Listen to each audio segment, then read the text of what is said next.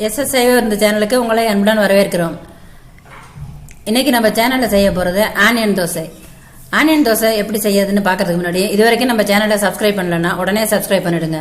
பக்கத்துல தெரியுற பெல் ஐக்கானையும் பிரஸ் பண்ணுங்க. அப்பதான் தினந்தோறும் நம்ம சேனல்ல வர்ற வீடியோவை நீங்க மிஸ் பண்ணாம பார்க்கலாம். ஆனியன் தோசை செய்வதற்கு தேவையான பொருட்கள்: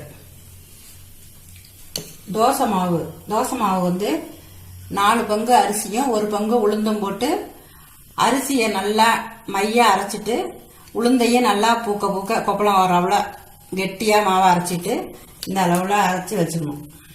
முத நாள் அரைச்சி காலம் வரைக்கும் ஊத்துறாவுல வச்சுக்கணும். ஆனியன் நல்லா பொடியா அரிஞ்சு வச்சுக்கணும். 2 கொத்து கருவேப்பிலை. 2 கொத்து கருவேப்பிலைய இந்த ஆனியனுக்கு சம்மா இதையும் பொடியா நறுக்கிக்கணும்.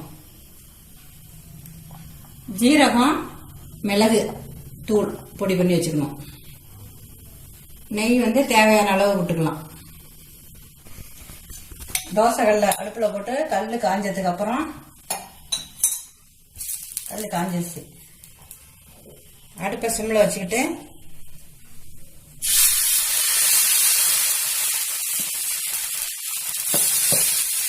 மாவை மெலிசாவும் இருக்கக்கூடாது, மாவு கனமாவும் இருக்கக்கூடாது.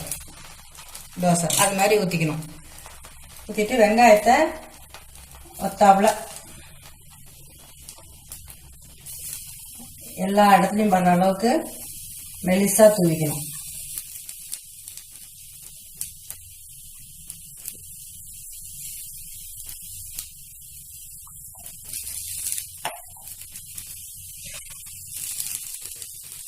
அது மேல கருவேப்பிலை கொஞ்சம் தூவிக்கணும்.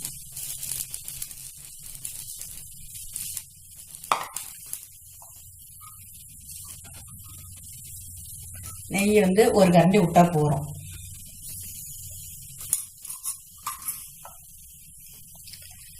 மிளகு ஜீரகத்தூள் லேசா பரவனாவில் லேசா போட்டுக்கணும். 1 கரண்டி போட்டா போறோம். எண்ணெய் ஆனியன் தோசையை சுத்தி ஊத்திக்கணும் 1 கரண்டி.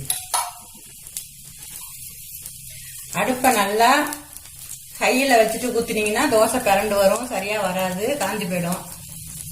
அடுப்பை சிம்ல வச்சுட்டு எல்லாம் செஞ்சுக்கணும்.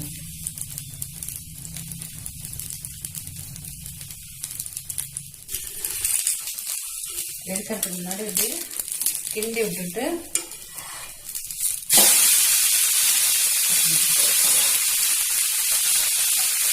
தோசை கல்லை சுற்றி 1 கரண்டி எண்ணெய், தோசை மேல 1 கரண்டி எண்ணெய்.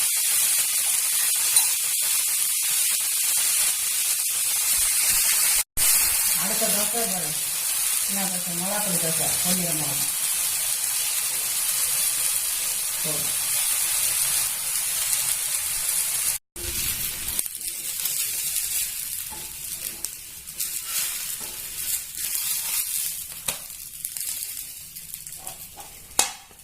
ஆனியன் தோசை. இதுக்கு வந்து சைட் டிஷ் எதுவுமே தேவை கிடையாது.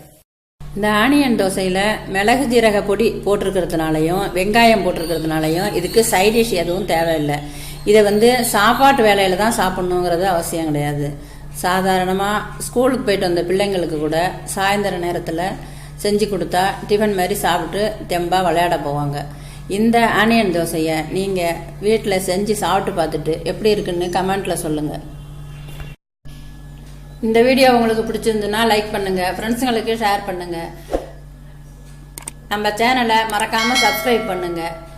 பக்கத்துல தெரியுற பெல் ஐக்கானையும் பிரஸ் பண்ணுங்க. அப்பதான் நம்ம சேனல்ல தினந்தோறும் வர்ற வீடியோவை நீங்க மிஸ் பண்ணாம பார்க்கலாம். நன்றி, வணக்கம்.